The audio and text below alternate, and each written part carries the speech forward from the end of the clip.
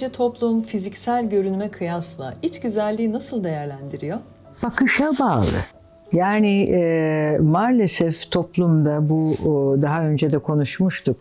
Bu teknoloji girdiğinden beri insanlar olmadıkları hayatları,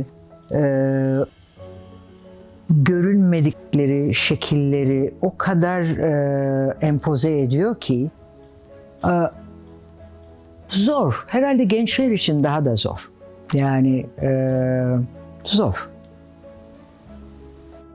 Peki bu konuyla ilgili son sorum. İç güzelliğini geliştirmek isteyen bir insana tavsiyeniz ne olurdu? Bence benim taktiğim iyi. Şu ki akşam yatağa yattığın zaman bir 5 dakikanı 10 dakikanı kendine ayırmak. Bu o gün neyi doğru yaptın, neyi yanlış yaptın onu muhasebesini yapmak ve bir daha onu tekrarlamamak yanlış bir şeyi görürsen. Bence en doğrusu o. Çünkü ben öyle buldum en doğrusunu ve bana çok faydası oluyor mesela. Bu benim taktiğim, bilmiyorum, herkesinki başka herhalde. Teknolojiyle aranız nasıl? Fena değil. Fena değil gibi ama abartmadan. Yani tabii ki telefonumla da oynuyorum. Tabii ki iPad'imle de oynuyorum. Ama ben gazetemi sabah okurum. Kitabımı okurum. Hangi gazeteyi okuyorsunuz? Sözcü okuyorum tabii ki. Peki son 3 ayda aslında aktif bir şekilde dijital medyayı kullanıyorsunuz. Peki gelen mesajları okuyor musunuz? Hepsini. Tek tek. Onlardan da öğrendiğim çok şey var. Beni ben olarak görüyor olmaları beni hakikaten çok mutlu ediyor. Şöyle ki birçok insanın farkındalığını duyuyorum ve okuyorum. Çok hoşuma gidiyor. Yani bu farkındalık ah ne kadar güzelsiniz değil. Sanki benim içimi okuyorlar. Bazıları o kadar uzun uzun yazıyorlar ki ve beni hakikaten çok duygulandırıyorlar. Peki verilere bakıldığında çok geniş ve genç bir kitlenin sizi sıkıca takip ettiğini görüyoruz. Sizce sizi neden takip ediyorlar? Çünkü ben herhalde ki zannediyorum benim onlara olan yakınlığımı ve sevgimi görüyorlar diye düşünüyorum. Ne diyorsun? Olabilir mi? Samimiyetiniz? Samimiyetimi görüyorlar herhalde. Herhalde. O çok güzel bir şey. Beni çok mutlu ediyor. Çünkü dedim ya benim çocuklarım var diye. Ben çok seviyorum gençlerle komünikasyonda olmayı.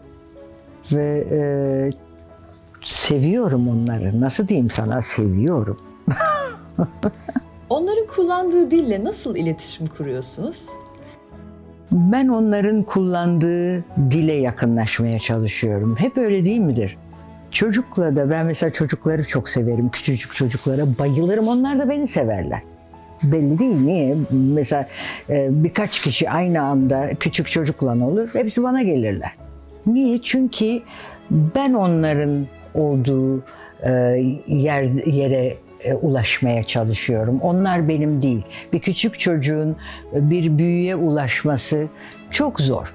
Ama bir büyüğün bir küçüğüne ulaşması çok daha kolay. O da nereden geliyor? Anlayıştan, sevgiden ve farkında olmaktan. Bütün bunları farkında olmaktan diye düşünüyorum. Herhalde ondan. Peki bir insanın hayatında eğitimin önemi nedir sizce? Eğitim çok önemli. Eğitim tabii ki çok önemli. Yani herkesin bir eğitim görmesi lazım muhakkak. Eğitim çok çok önemli. Ama ve lakin mesela benim kendim de yaşadığım bir konu bu. Kendi çocuğumda.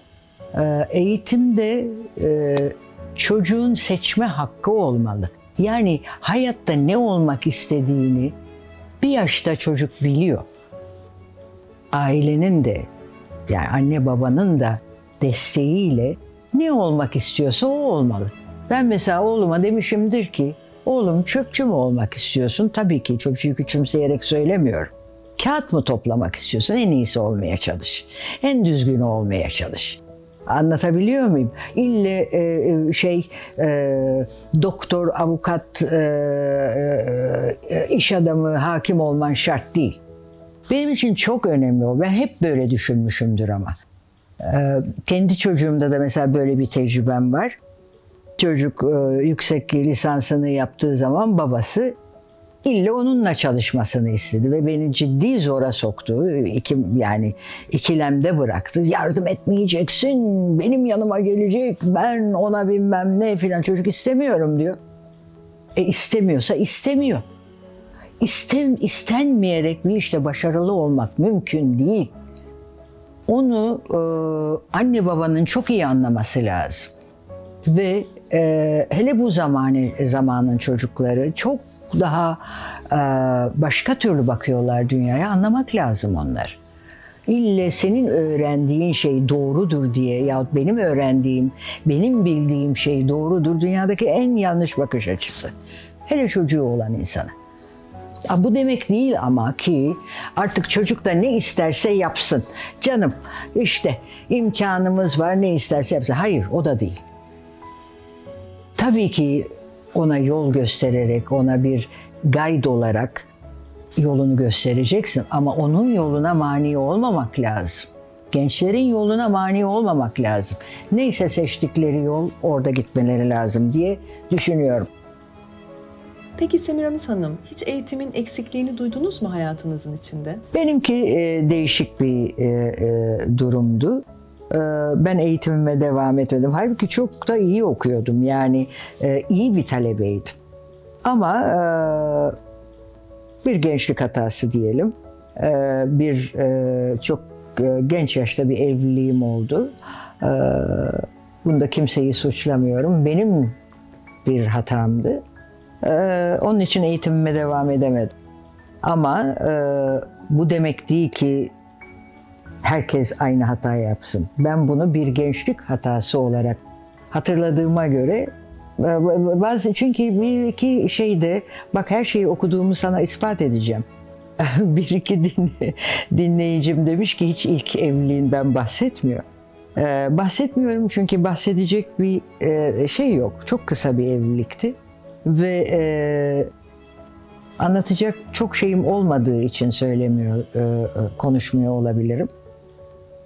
Dediğim gibi onun ismini ben bir gençlik hatası olarak koydum. Çok uzun zamandır öyle bir şey yaşanmamış ve ben bazı şeyleri yaşanmamış kadar unutuyorum. Çünkü o doğru bir şey değildi. Tamam, peki bir daha yapılmamak üzere kapanmıştır o defter. Ben oralarda kalan bir insan değilim. Her şey de öyle ama yalnız bu ilk evliliğimde değil. Yani yanlış şeyler tabii ki benim hayatımda da oldu. Ben de yanlışlar yaptım. Bana da yanlışlar yapıldı. Ama ne kendi yaptığım yanlışı, ne bana yapılan yanlışları böyle vıdı ay ben orada yanlış yapmıştım, o bana yanlış yapmıştı. Bunlarla uğraşmıyorum ben. Ben bugün ne yaptığıma, hayata neler katabildiğime bakıyorum. Onun için de onlarla pek ilgilenmiyorum. İnşallah cevap yerini bulmuştur. Bir sorum daha var. Buyur. Bugün birçok kez kendimi beğeniyorum, kendimi seviyorum dediniz. Hı. Peki bir insanın özgüveni bu konuda nasıl gelişir sizce? Nasıl gelişir bilmiyorum. Bak onu bilmiyorum. Nasıl gelişir bilmem. Ama özgüven çok önemli. Yani özgüven önemli bir şey hayatta. Bilmiyorum nasıl geliştirilir. Şimdi ben sana biliyorum dersem yalan söylerim. Böyle bir şey de yapmak istemiyorum. Hiç düşünmedim bile yani nasıl gelişir. Kendini iyi hissettikçe, kendi yolunda doğru devam ettikçe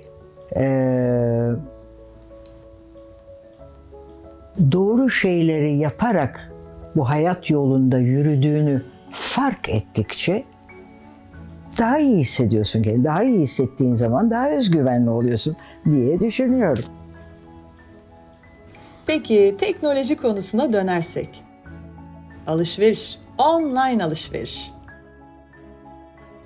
Siz alışveriş yapmayı sever misiniz? Ben alışveriş yapmayı her kadın gibi severim. Tabii ki severim. Sevmez olur muyum? Teknolojiden faydalanıyor musunuz bu konuda da? Faydalanıyorum. Faydalanıyorum şöyle. Yani kendi giyeceğim yahut da ben bakmayı da seviyorum. Yani güzel şeye bakmayı, ben güzel şey seviyorum. Güzel insan seviyorum, güzel eşya seviyorum, güzel ev seviyorum. Güzel olan, güzel ruh seviyorum en önemlisi. Güzel şeye bakmayı seviyorum. Teknolojiyle online alışverişi pandemide iyice öğrendim. Çünkü öğrenmek zorundaydım. Yani evimin alışverişinden almak istediğim yahut da ihtiyacım olan şeyleri online'da almaya başladım. Oradan beri online alışverişte bir sıkıntı çekmiyorum. Ondan evvel bayağı sıkıntılıydım. Ama şimdi öyle bir sıkıntı çekmiyorum. Yani her şeyi online mi alırım? Hayır, ben yürüyüp, bakıp, gezip, görüp, koklayıp, dokunup bunlar benim için önemli şeyler. Onları da seviyorum yani. Pazara gider misiniz? Tabii ki giderim, bayılırım da pazara. Daha yeni gittim. Bir gün belki beraber de gideriz. İnşallah, inşallah çok severim ben pazara gitmeyi. Pazarda da çok hoşuma gidiyor pazara gitmek. O başka bir alem. Ve o alem benim hoşuma gidiyor. Ben çünkü her şeyden hoşlanan, her şeyin güzelinden, iyisinden hoşlanan bir tipim. Beni Allah'ın dağına koy, orada da memnunum ben. Yani bulurum memnun olacak bir şey. Pazarda da çok mutluyum ama en iyi dükkanda da çok mutluyum. Yani benim bir adaptasyon zenginliğim var diyelim. O ne demek? Şöyle ki, mesela bazı insanların adapte olmada problemleri oluyor. Benim adaptasyon problemim yok. Dediğim gibi çok basit, birçok insana basit gelecek şeyler de beni memnun edebiliyor. Ve oraya o havaya giriyorum ve o benim o günkü keyfim oluyor. Hiç benim için fark etmiyor. Yani ne bileyim, yemeğin kuru fasulye en sevdiğim yemek. Onu daha önce söylemiştim. Ama onun yanında güzel bir ne bileyim çok böyle fanfinfon yemek de seviyorum. Yani ama ikisinde de ay o olmasın bu olsun problemim yok. Hiçbir zaman da olmadı. Ben Hindistan'a gitmeye başladığımda şaşırdılar bana. Yani ikinci eşimle Hindistan'da vakit geçirmeye başladığım zaman benim için gayet normaldi. Sininin içinden elinden alıp yemeği yemek, onlar gibi yapabilmek. Diyorlardı ki ayol bizim gibi yapıyoruz. Niye yani? Ne var ki? Benim de özümde var bu. Ben de yani anamın karnından gümüş kaşıkla doğmadım gibi. Onun için adaptasyon benim için hiçbir problem değil. Peki yorumları okuyorum dediniz. Okumak kolay. Fakat sokakta metiyelerle karşılaştığınızda utandığınızı görüyorum. Ay çok utanıyorum. Orada işte ne diyeceğim. Okuduğum zaman kimse beni görmüyor. Orada da kızarıyorum herhalde de ama. Orada kimse beni görmüyor. Fakat sokakta olduğu zaman ciddi utanıyorum. Ne diyeceğimi şaşırıyorum. Ay Allah'ım. Ay bitirseler bir an evvel bu şeyi bir de lafı değiştirmeye çalışıyorum falan. Böyle şeyler oluyor. Geliyor. Bilmiyorum. Ben verileni kolay kabul eden bir tip değilim. Burcumdan mıdır, huyumdan mıdır, neredendir bilmiyorum. Şöyle teşekkür ederim. Ne kadar haklısınız diyemiyorum yani. Öyle bir problemim var. Bunu bana daha önce başka birileri de söylemiş. Ya sana kompliman yapıyorlar, teşekkür ederim deyip kabul etsene. Hayır. Ay ay ay öyle değil, siz öyle görüyorsunuz, ben böyle görüyorum. Ne diyeceğimi bilmiyorum. Böyle bir problem var. Bugünlük son sorum. Tamam. Eski şarkılarınızı bugünün sound'uyla yeniden sunuyorsunuz. Aha, Peki yeni bir şeyler yapmayı düşünüyor musunuz? tabii ki. Tabii ki yoldalar. İnşallah. Yapacağım tabii. Yapacağım. Yani yapabildiğim kadar. İnşallah iyi olacak diye düşünüyorum. Var öyle bir hevesim de niyetim de. Bakalım nereye gidecek. 54 yıl önce kariyerinizi bıraktığınızda bambaşka bir ortam vardı. Bugün geri döndüğünüzde dijital bir ortama döndünüz. Farkı nedir? İyi tarafları, bu dünya çok değişmiş dediğiniz detaylar nedir? Benim için farkı şu ve onun için de ben kendi yaptığım şeyden çok mutluyum. Dijital dünyada olduğun zaman çok insanla muhatap olmuyorsun.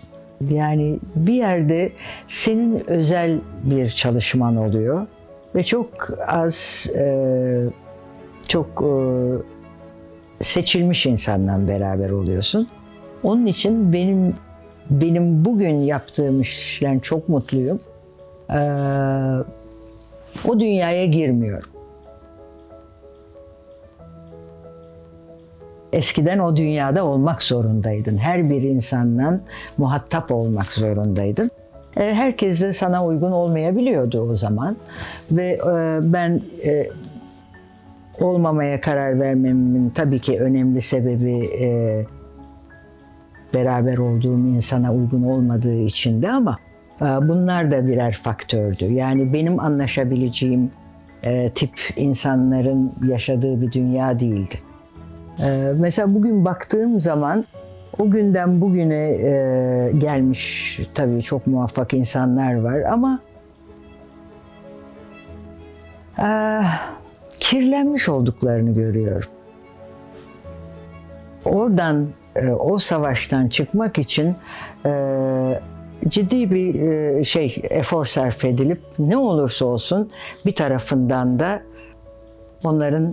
onlara sürtündüğünü görüyorum.